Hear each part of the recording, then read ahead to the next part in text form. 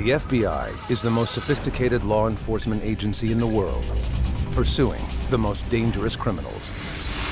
When a monstrous crime shocks Galveston police, she was placed in 3 trash bags, put into a container, then tossed off a bridge. It's a small child that's been washed up on a sandbar in the Gulf of Mexico. And what is she doing there? the Bureau mobilizes. There were so many unknowns in this case. It was searching for a needle in a haystack. They called me to tell me that they said they didn't have her. I'm like, what do you mean they don't have her? FBI, criminal pursuit.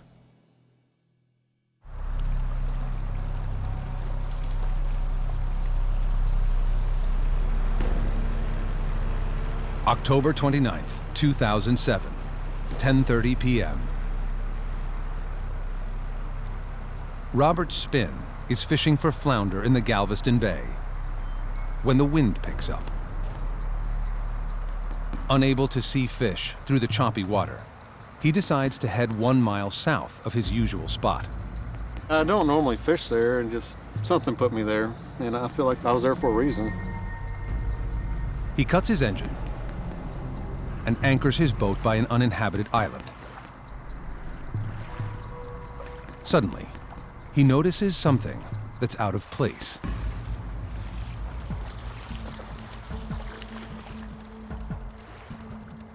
I saw a box on the shoreline, and I pulled up to the bank, got out of my boat, and walked over there and just to see what it was. When I turned it over, it kind of made a thud, and I knew that, you know, something wasn't right at that point, and it just didn't sound right. Inside is a black garbage bag. Spinn rips it open and makes a horrifying discovery. I looked and I could see a little girl's shoe. Spinn calls 911. Galveston County Sheriff's Office? Yeah, I'm out in West Bay. I think I found a body. He stays out in the bay to wait for investigators from the Galveston County Sheriff's Department. Then shuttles them to the island.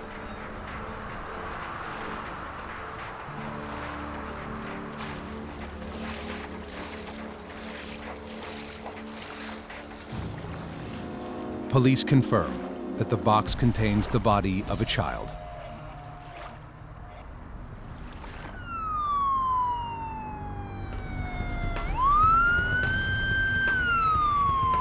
Sergeant Mike Barry is 90 miles away when he gets the call.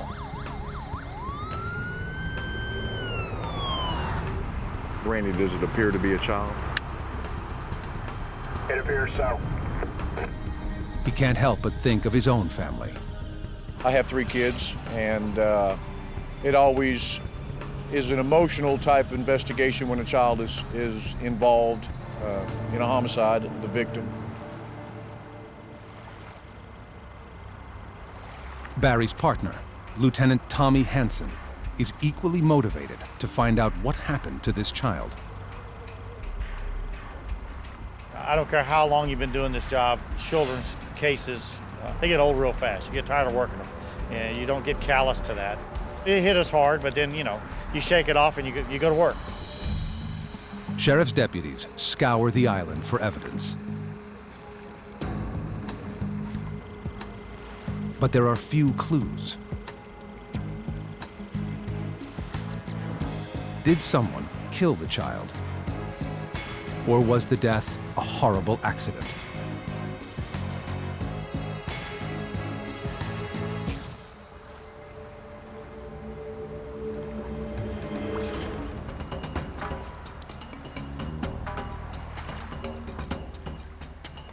Police turn to Chief Medical Examiner Stephen Pastilnik for answers.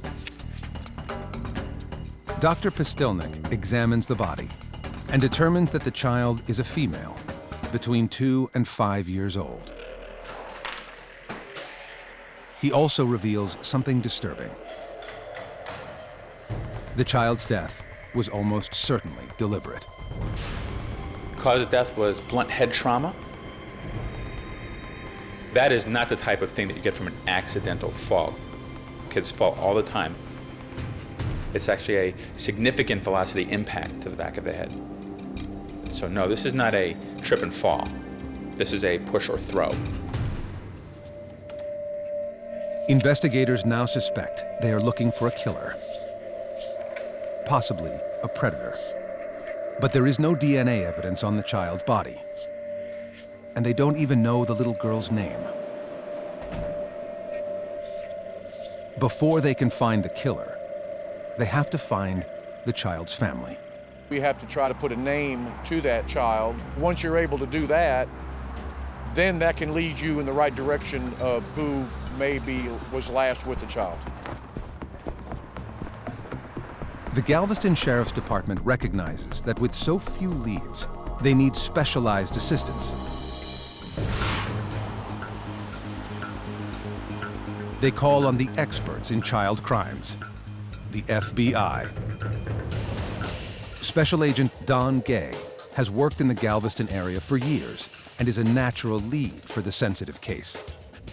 My supervisor came to me and asked if I would like to work it because of my knowledge of the area and the people, and I said, absolutely. I'm a father and I have little kids. How could somebody do what they had done to this little girl and just throw her away like trash? Agent Benjamin Stone, who has worked a variety of crimes against children, is also assigned to the case. His mission is to find out the girl's home state and how she ended up in the Galveston Bay. Agent Stone consults with the Coast Guard to determine where the box may have been dropped off, whether from the bridge or a ship. The theories around her identity were, we were kind of all over the place on this. We were trying to figure out where the child had possibly been dumped. But it's almost impossible for the Coast Guard to pinpoint a single location. You have international shipping traffic in and out of the Houston ship channel, so theoretically she could have been from anywhere in the world. And that's what we had to start with. Investigators know that the child's family members must be frantically looking for her. They search a local missing persons database, but there is no match for the child. Agents decide to enlist the media and go global with the story. The sheriff's office could handle leads and information that came in from the Houston and Galveston area, but the FBI had the ability to reach out, all across the world. We needed the media to spread the word about helping us find this little girl. Who is this little girl? It truly was an emotional appeal.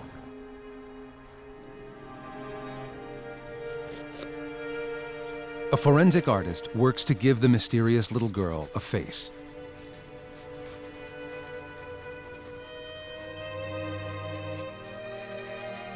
A picture emerges of a darling child with blue eyes and medium-length blonde hair.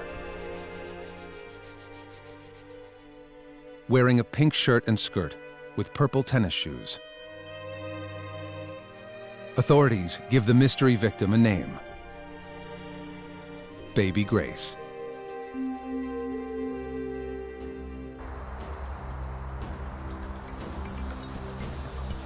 Baby Grace is now America's child. The Sheriff's Department holds a press conference and shows the tiny shoe found with Baby Grace's body. May be a long process, but we're not going to quit until we figure it out. They plead with viewers to call in with information. Investigators can only hope that somebody, somewhere, will recognize the little girl. If we could put a name to that child, the odds are we were going to know who was involved with this. Nobody discards a child like that if somebody doesn't know something about it.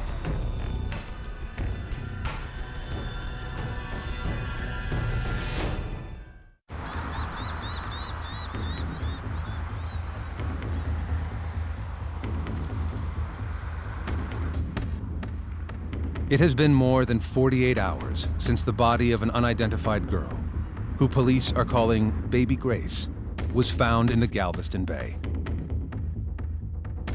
FBI agents and the Galveston County Sheriff's Department are working furiously to figure out the child's identity and why she was killed. There was blunt force trauma to her head. Is it abuse? Was it child abuse? With ships constantly moving in and out of the Galveston waterway, the body could be from anywhere in the world.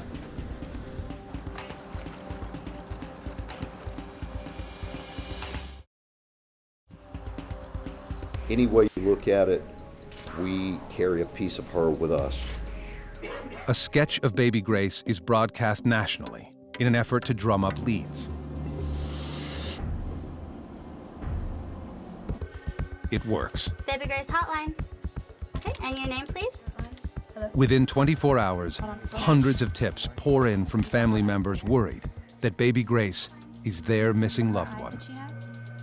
And the types of tips were missing children, custody battles. I haven't seen my granddaughter in a year or 2 years. Neighbors who would call in, I haven't seen this child in several months. It looks like it could be baby Grace. One of the things that surprised me was how many 2-year-old blonde-headed girls were missing. On November 2nd, investigators respond to a local tip in nearby Lamarck.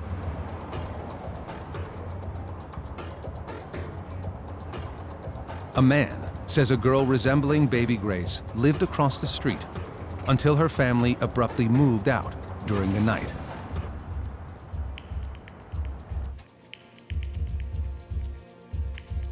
The officers enter the home and find discarded children's clothing and shoes, a potential match for baby Grace.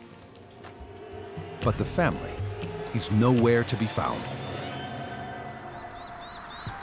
While police are pursuing that lead, a manager of a local hotel calls with another promising tip.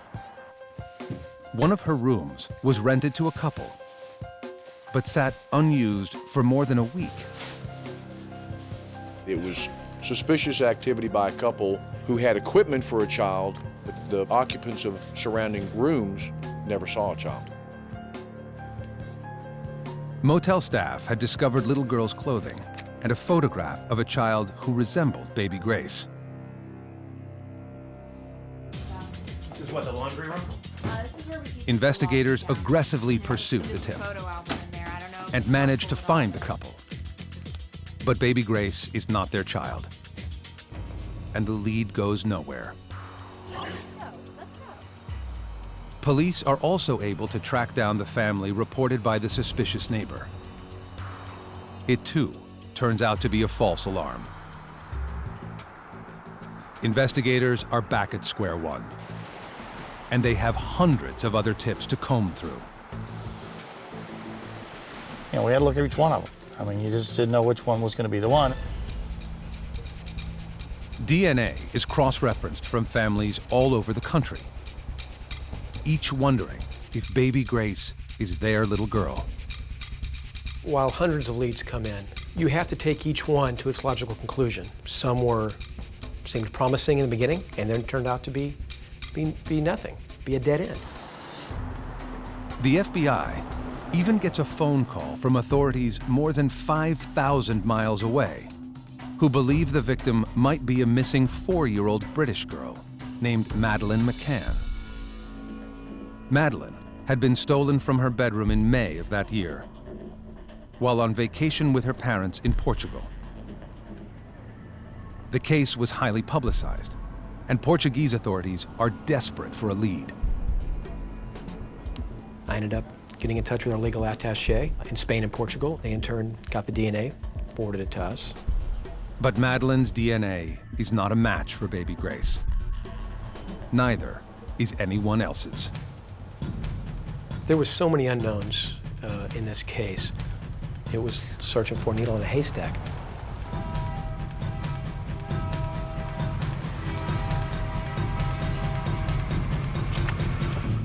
The tide seems to turn when 2 fishermen call with a tip.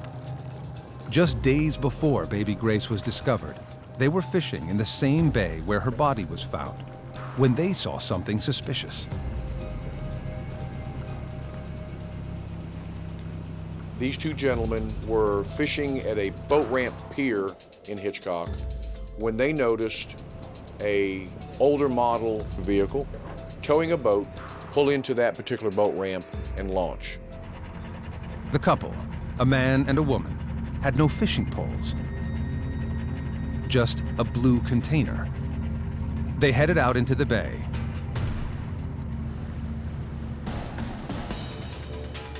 And returned around an hour later. The two fishermen noted the woman was sobbing in tears as they pulled in. There was no blue plastic container. Who is this mysterious couple? And what happened to the blue container?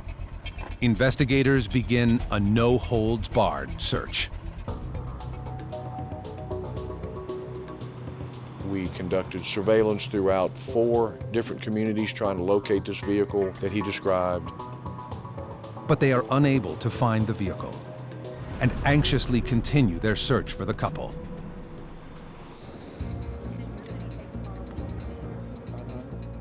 They have another opportunity to find them when a candlelight memorial service for baby Grace is held in Galveston. Agents stake out the vigil in hopes the killer, or killers, is in the crowd. Could the people that committed this horrible crime show up? Absolutely.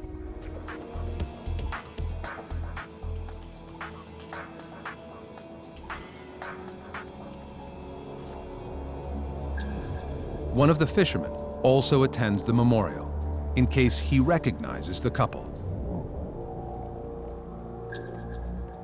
It doesn't take long before Sergeant Mike Barry hones in on a woman in the crowd. I happened to notice a particular lady, by her demeanor and behavior, was very interested in this vigil. Her demeanor just stood out to me. Sergeant Barry approaches the fisherman and asks if she looks like the woman in question. He felt that it was very possible that this was the same lady he saw in the boat. Investigators prepare to follow the woman and get her license plate number. But before they can mobilize, she vanishes.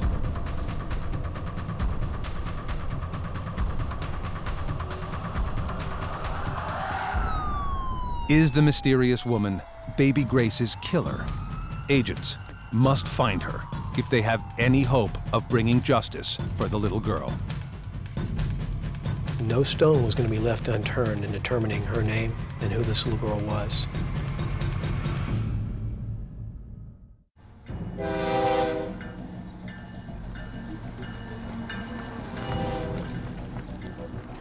November 7th, 2007.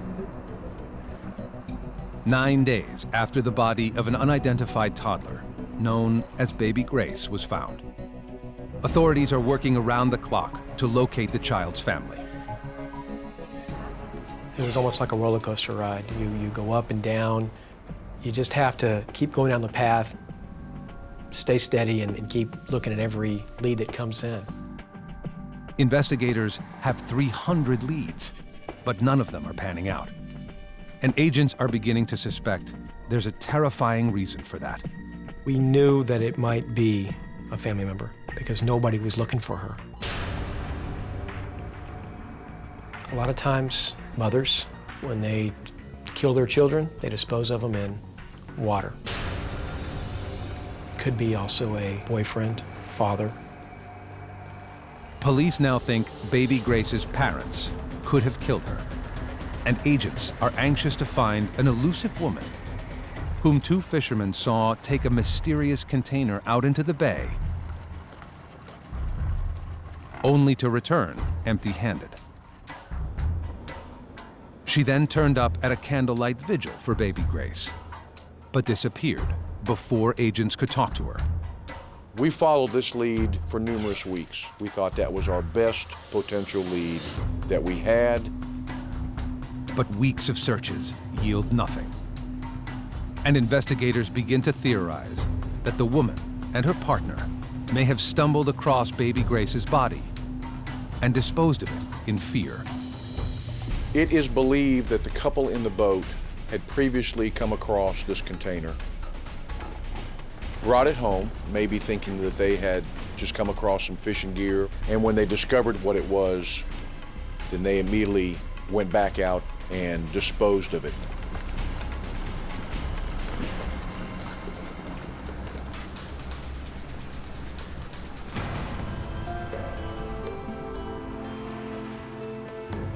While investigators continue their search, 47-year-old Cheryl Sawyers is more than 1,500 miles away in Mentor, Ohio, browsing on the internet. She suddenly comes across the story of baby Grace. Something about the child's clothing, a pink top and skirt with purple tennis shoes, catches her eye. She's reminded of an outfit she had given to her 2-year-old granddaughter, Riley Ann. And it wasn't so much the composite drawing. I mean, it resembled her. She had the curly blonde hair and that. But it was more the clothing that she had on. I bought all of her clothing. Cheryl, whose granddaughter used to live with her, hasn't seen the child in months. Riley's mother, Kimberly Trenner, had been in a custody dispute with Cheryl's son, Robert, when she suddenly disappeared with the child.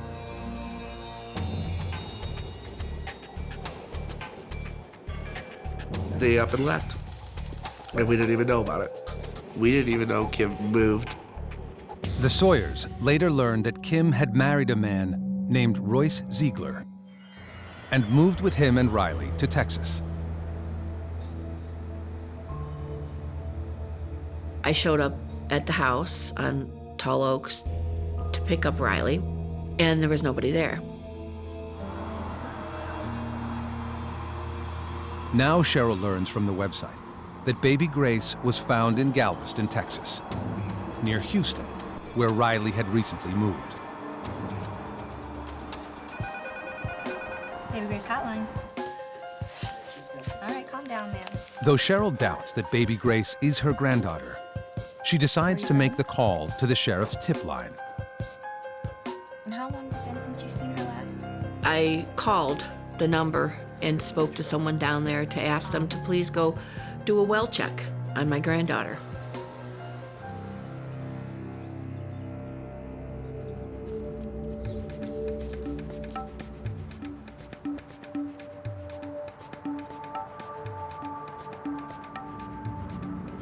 On November 10th, investigators dispatch an officer to the house where Riley lives with her mother, Kim, and stepfather, Royce Ziegler.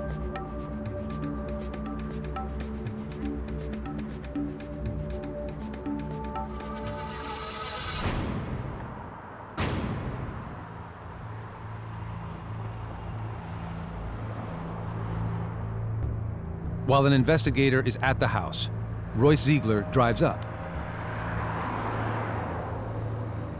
He readily identifies himself, but says Riley no longer lives there. Did. Me and my wife are in the process of moving in with my parents. And you have a daughter, Riley Sawyers? Yes. Where's Riley He tells now? authorities that Ohio's Child Protective Services, or CPS, took custody of Riley following allegations of sexual abuse. Hey, you can't just take her. There must be something I can do. Ma'am. And where is Riley now? Riley's mother, Kimberly, confirms Royce's story to investigators and faxes a letter to prove it. But authorities are suspicious. What's this about? The practice, and any law enforcement officer would know, is that Texas CPS would have taken custody of Riley, not Ohio. They decide to contact Ohio Child Protective Services to see if they took Riley Ann into custody. We did contact CPS Ohio. Of course, they totally denied the fact that they had even sent a letter, or would they have taken custody of her? Authorities are growing more and more concerned and beginning to wonder if baby Grace is actually Riley Ann Sawyers. We proceeded to start focusing in on where's the child. Then the dominoes started to fall more rapidly. Investigators decide to order DNA samples from Riley's mother, Kim. But they're looking for a parent who killed their child. And people close to Kim, including Riley's father, Robert, can't imagine she would ever hurt her daughter. I never saw her spank or hit Riley at all. She was a good mother. I wasn't thinking that it was her. I was thinking that possibly they just had her hidden because they didn't want us to see her.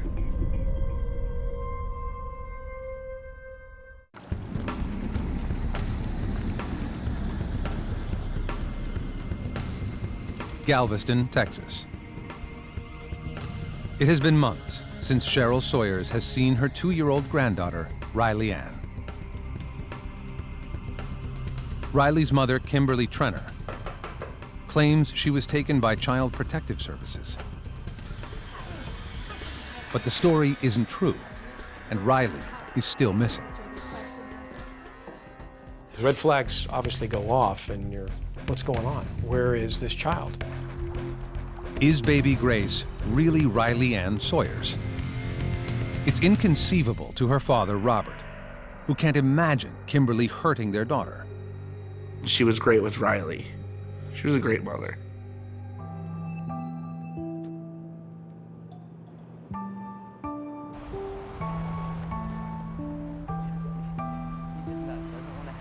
Robert Sawyers was a high school student when he first met Kimberly in 2004. Kim was quiet and intelligent, known as a good student. She was looking for love, and her relationship with Robert quickly got serious. When she found out she was pregnant, she actually took the news a little bit better than I did. She was more excited than I was at first. Riley Ann's birth was a joyous occasion. It was a very emotional experience. Just seeing Riley for the first time was just, gosh, I think I was on cloud 9 when it happened. I could never have been any happier than that. When Riley was 3 months old, she and Kim moved in with Robert and grandmother Cheryl. Kim was overwhelmed with finishing school, and Cheryl became the baby's primary caretaker. When we would go shopping, you know, we'd pick out different things and we'd, okay, Riley, which one do you want? And usually it was pink or purple, so her wardrobe had a lot of pink and a lot of purple in it. Over time, the young couple's relationship began to cool. I mean, Kim would take care of Riley, but most of the time she would go straight to the computer. It seemed like she was just not there. Hey, sweetie, what you doing? Before long, Robert had moved out, though he saw Riley frequently. That's so nice. She was a daddy's girl. We would always go outside and play in the snow and stuff like that during the winter, and then we'd go down to the park during the summer months. You know, when I wasn't working, I was with her. Kim continued to live with Cheryl Sawyers, but was lonely for romance. She began an intense relationship with Royce Ziegler, whom she had met over the internet. She was saying she had a boyfriend. I said, you do? I said, who? But then when she said he was in Texas, it's like, well, how does that work? How do you have a relationship with somebody who lives, you know, 1,500 miles away?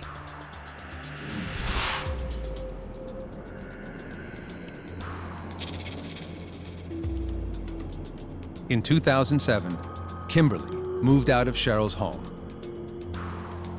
Cheryl continued to see Riley Ann regularly until the little girl and Kim suddenly vanished.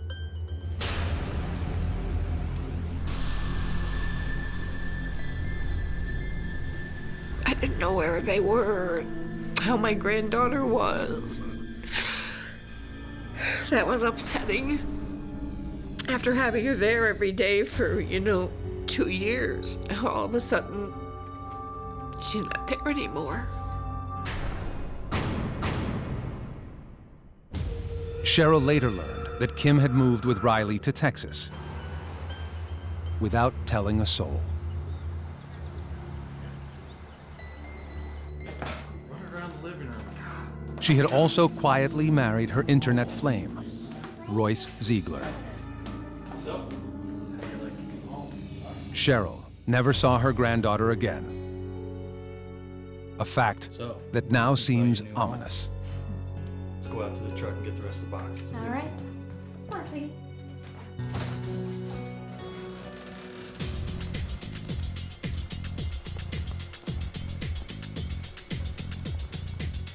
4 weeks after the body of baby Grace was found, Sergeant Barry and Lieutenant Hanson are called into the station to meet with Kimberly and her attorney. They need a DNA sample from her and are expecting to get only a cheek swab. But Kimberly starts talking and gives them much more. Riley is baby Grace. Riley is baby Grace? I'm positive.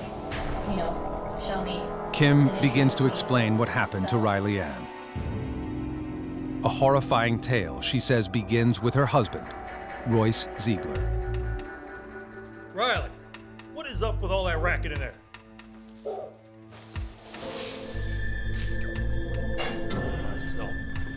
Riley! According to Kim, Royce had a history of disciplining Riley harshly. Discipline works when I'm at home. But when it's you and Riley, you aren't doing it right.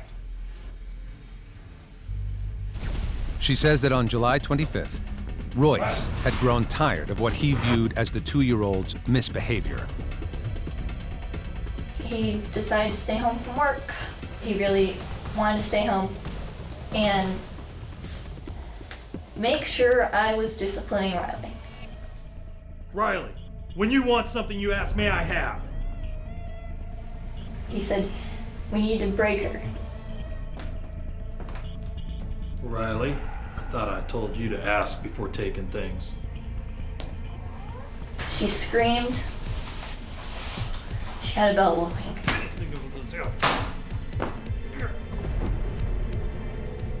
She got her head shoved into a pillow.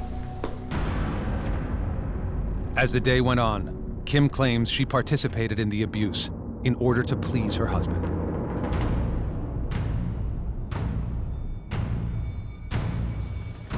He wanted me to shove her head underwater. And I found myself doing that and hitting her with the belt because that's what he was doing. It just seemed like it went on and on and on. The couple stopped at one point to give Riley some Tylenol and ice her wounds. During this, she said, I love you, and it stopped for a brief moment. She said that to who? She had said that to me. I think she had said that to him. But the abuse continued until finally Riley Ann collapsed. I could just feel her going cold. And we had a heating pad on her because we thought she was so cold from the ice. She died in my arm.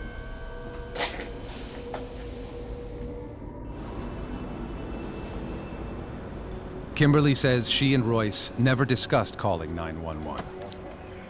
Instead, they immediately drove to a store to purchase black garbage bags, a blue plastic container, and other supplies. They bathed Riley in bleach to destroy any DNA evidence. They put her body in the box, then left her in the garage to decompose for almost 2 months in the heat of summer.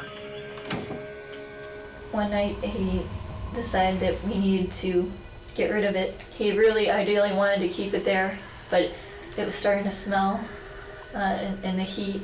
I was an emotional wreck because I knew my daughter is dead in that box in that storage shed right there. And he and decided it would be better if we took and moved. They drove in the dark to Galveston and dumped the body off a bridge.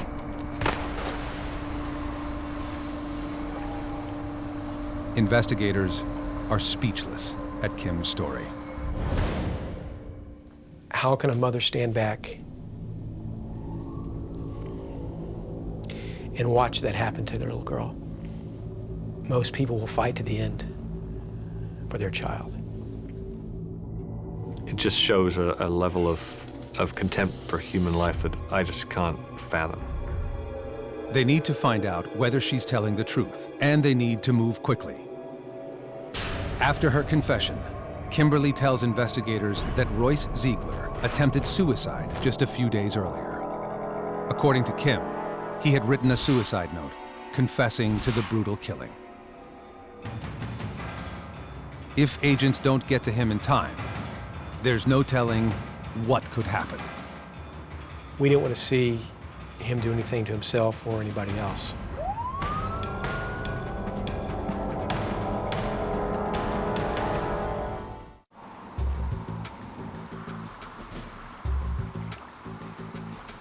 November 23rd, 2007. Kimberly Trenner has just stunned investigators by revealing how she and her husband, Royce Ziegler, callously beat her toddler daughter, Riley Ann Sawyers, to death. It looked like she didn't have control over her legs anymore. So he held her for a little bit, and he tried to get her to stand a couple more times, but she couldn't. Kimberly tells investigators that Royce is suicidal and has written a note confessing to the monstrous crime. Agents rush to his house and are relieved when he's alive and willing to talk. But once in custody, Royce tells a much different story than the one Kim told just hours earlier. I was in bed the entire time. Royce claims he was asleep when he heard Kim yelling at Riley. He came out of his bedroom, and that's when he realized that Riley was in bad shape. Royce is putting the blame on Kim, and investigators need to find out who is telling the truth.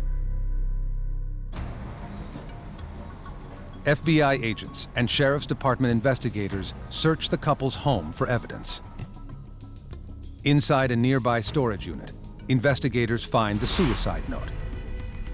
In it, Royce appears to take responsibility for Riley's murder. The FBI evidence lab confirms that Royce wrote the note. Analysts there also recover a list of rules Royce wrote for 2-year-old Riley Ann.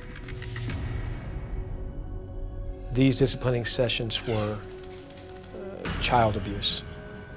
They were beyond any standard form of disciplining a child. In spite of the evidence against Royce, prosecutors decide to charge both Royce and Kimberly with capital murder. She never said stop. She never called 911. She never said, "This is my child, I'll take care of it." And she participated. Cheryl and Robert Sawyers are emotionally shattered that Kim participated in Riley's death. I couldn't tell you exactly what I felt. I was just numb to the core at that time. I just kept it all inside.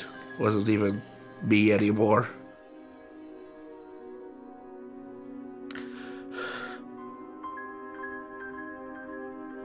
I was absolutely shocked by it. And I still don't know why she would have let it happen. It surprised me. It never, ever would cross my mind that a baby would ever be in danger from her. Experts believe Kim allowed the abuse to occur because she was afraid of losing Royce. She wanted to keep her life. I mean, he was her Prince Charming. He moved her down here. He gave her a new life, and she was willing to do anything to keep this life. And if that meant not having Riley around, then that's what it was. In their opinion, that doesn't change Kim's level of guilt. I mean, I think any two people who are willing to torture a child all day long, both of them are monsters. That doesn't stop Kimberly from having another child, however. In a shocking twist, she gives birth to their son while awaiting trial in prison. Royce told her if she was pregnant, law enforcement would be more lenient on her than they would a woman that is not pregnant. The jury isn't swayed.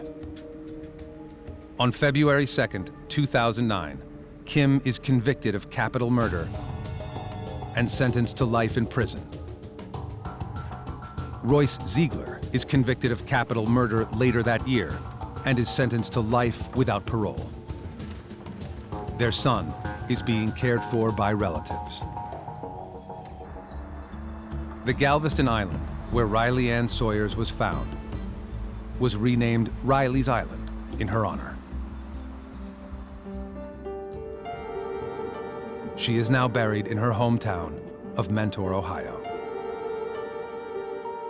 Sergeant Mike Barry, FBI Special Agent Don Gay, and 2 other investigators served as pallbearers, carrying her to her final resting place. I was very touched and honored that I was asked to be a pallbearer. I have to say that God played a part in this for me to be a pallbearer. It was closure for me, realizing that Riley is now in a better place. It was rewarding at the end. Obviously sad, but to at least give her back to her grandmother and give her a burial. Robert Sawyers has since married and has 2 sons. Still, he grieves for his little girl. Spent 2 wonderful years together. It didn't seem like long enough. She was just a sweetheart. Loved her to death and couldn't love anybody else more besides my other 2 boys that I have right now.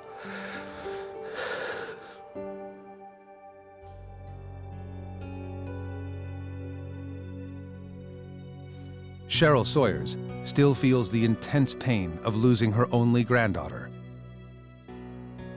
She now passes out bracelets with Riley's name on them to raise awareness about child abuse. I don't want anybody ever to have to go through what we went through, and no child should ever have to go through what she went through. And hopefully by keeping her story out there, that you'll have parents, young parents, you know, who will think twice before striking their child.